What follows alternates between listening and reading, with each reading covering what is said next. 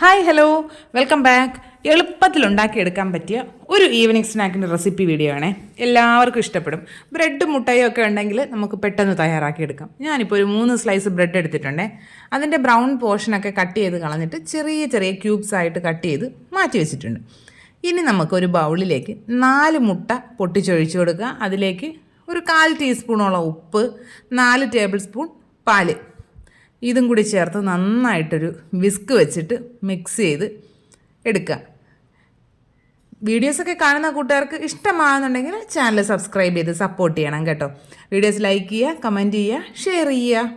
ഇനി നമുക്ക് ഒരു പാൻ അടുപ്പിലേക്ക് വെച്ച് കൊടുക്കാം. അതിലേക്ക് ഒരു ടീസ്പൂണോളം ബട്ടർ ചേർത്ത് കൊടുക്കാം. അതിലേക്ക് നമ്മുടെ ഈ ബ്രെഡ് ചേർത്തിട്ട് നന്നായിട്ടൊന്ന് റോസ്റ്റ് ചെയ്തെടുക്കണം. ചെറിയൊരു ബ്രൗൺ കളർ ആകുന്നത് വരെ ലോ ഫ്ലെയിമിലിട്ട് നന്നായിട്ട് ഇതൊന്ന് വറുത്തെടുക്കേണ്ടതാണ്. നമുക്ക് ആദ്യം ബ്രെഡ് ഒന്ന് ടോസ്റ്റ് ചെയ്തിട്ട് ഇതേപോലെ മുറിച്ചെടുത്താലും മതിയാവും കേട്ടോ. അതാണ് കുറച്ചുകൂടി എളുപ്പപ്പണി.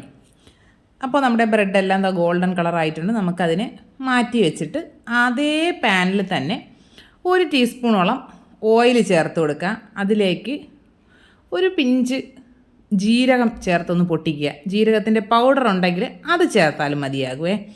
ഇനി ഇതിലേക്ക് മീഡിയം സൈസിലുള്ള ഒരു സവാള കുനുകുന അരിഞ്ഞതിന് ചേർത്ത് കൊടുക്കുക. എരിവിനായിട്ട് 1 പച്ചമുളക് ഞാനിപ്പോൾ ചേർക്കുന്നുണ്ട്. വല്ലാത്തൊരു തരം എരിവുള്ള പച്ചമുളകാണ് കേട്ടോ ഇത്. അതുകൊണ്ട് ഞാൻ 1 എണ്ണമേ ചേർക്കുന്നുള്ളൂ. നിങ്ങളുടെ എരിവിനനുസരിച്ച് 2ഓ 3ഓ ഒക്കെ പച്ചമുളക് ചേർത്ത് കൊടുക്കാവുന്നതാണ്. ഇനി ഇതിലേക്ക് കുരുവും അതിൻ്റെ വെള്ളവും ഒക്കെ കളഞ്ഞ 1 തക്കാളി, അത് മീഡിയം സൈസ് ഒരു തക്കാളിയാണ്, അതിനെ ചേർത്ത് കൊടുത്തിട്ടുണ്ട്. അതും കൂടി ചേർത്ത് നന്നായിട്ട് ഒന്ന് വഴറ്റിയതിന് ശേഷം ആവശ്യത്തിനുള്ള ഉപ്പ് ചേർത്ത് കൊടുക്കുക. ഇനി ഇതിലേക്ക് മസാലയായിട്ട് ഞാനിപ്പോൾ ഒരു 1/4 ടീസ്പൂൺ കുരുമുളക് പൊടിയും 1/2 ടീസ്പൂണോളം ചിക്കൻ മസാലയും ചേർക്കുന്നുണ്ട്. ഇതെല്ലാം കൂടി ചേർത്ത് നന്നായിട്ട് മിക്സ് ചെയ്യുക. ചിക്കൻ മസാല ഇല്ലെങ്കിൽ കുറച്ച് ഗരം മസാല ചേർത്താലും മതിയാകും കേട്ടോ. ഇനി ഇതിലേക്ക് കുറച്ച് മല്ലിയില ചേർത്ത് കൊടുക്കാവുന്നതാണ്. മല്ലിയിലയും ചേർത്ത് നന്നായിട്ടൊന്ന് മിക്സ് ചെയ്തതിന് ശേഷം ഇതിലേക്ക് നമ്മൾ നേരത്തെ റോസ്റ്റ് ചെയ്ത് മാറ്റി വെച്ചല്ലോ ബ്രെഡ്, അതിനെ ചേർത്ത് കൊടുക്കുക. ബ്രെഡും കൂടി ചേർത്ത് ബ്രെഡ് പൊടിഞ്ഞു പോകാതെ നന്നായിട്ട് മിക്സ് ചെയ്തെടുക്കണം. ഈ മസാലകളെല്ലാം ബ്രെഡിൽ നന്നായിട്ട് പിടിച്ച് കഴിയുമ്പോൾ നമുക്കിതിലേക്ക് നേരത്തെ നമ്മൾ ബീറ്റ് ചെയ്ത് മാറ്റി വെച്ചിരിക്കുന്ന മുട്ട ചേർത്ത് കൊടുക്കാവുന്നതാണ്. അതിനായിട്ട് നമുക്ക് ഈ മസാലയെല്ലാം സെൻറ്റർ പോർഷനിലേക്ക് ഒന്ന് പ്രസ് ചെയ്ത് വെച്ച് കൊടുത്തതിന് ശേഷം ഇതിൻ്റെ ചുറ്റിനുമായിട്ട് നമ്മുടെ മുട്ടയുടെ ബാറ്റർ ഒഴിച്ചു കൊടുക്കുക.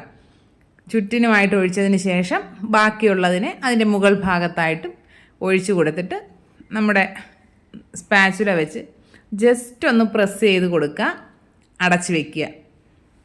പിന്നെ ശ്രദ്ധിക്കേണ്ട മറ്റൊരു കാര്യം, ഡയറക്റ്റായിട്ട് നമ്മളിത് അടുപ്പിൽ വെച്ച് കുക്ക് ചെയ്യാൻ പാടില്ല.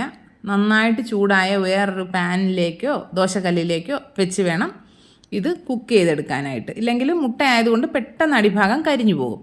അപ്പോൾ ഏകദേശം ഒരു 10 മിനിറ്റൊക്കെ കഴിയുമ്പോൾ മുട്ട നന്നായിട്ട് കുക്കായിട്ടുണ്ടാകും. ഇനി ഇതിലേക്ക് കുറച്ച് ക്രഷ്ഡ് ചില്ലിയും കുറച്ച് ഒറിഗാനോവും പിന്നെ കുറച്ച് ചീസും കൂടി ചേർത്തിട്ട് ഒരു 5 മിനിറ്റ് കൂടി ഒന്ന് ലോ ഫ്ലെയിമിൽ വെച്ച് അടച്ച് വെച്ച് കഴിയുമ്പോൾ നല്ല സൂപ്പർ ടേസ്റ്റി ആയിട്ടുള്ള സ്നാക്ക് റെഡിയായി കിട്ടും. നമുക്കിതിനെ നല്ല ചൂടോടുകൂടി തന്നെ സെർവ് ചെയ്യാവുന്നതാണ്. നല്ല ടേസ്റ്റാണ്. കുട്ടികൾക്കൊക്കെ നന്നായിട്ട് ഇഷ്ടപ്പെടും. മുട്ടയൊക്കെ കഴിക്കാൻ താല്പര്യം കുറവുള്ള കുട്ടികൾക്ക് ഇങ്ങനെയൊക്കെ കൊടുക്കാവുന്നതാണ്. ഞാൻ ട്രൈ ചെയ്തിട്ട് വിജയിച്ച ഒരു വിഭവമാണിത്. അപ്പോൾ എല്ലാവരും തയ്യാറാക്കി നോക്കുക. വീഡിയോസൊക്കെ ഇഷ്ടമാകുന്നുണ്ടെങ്കിൽ സപ്പോർട്ട് ചെയ്യാൻ മറന്നു പോകരുതേ. ഇനി നമുക്ക് മറ്റൊരു അടിപൊളി വീഡിയോ ആയിട്ട് ഉടനെ തന്നെ കാണാം. അതുവരെ എല്ലാ കൂട്ടുകാർക്കും ബൈ.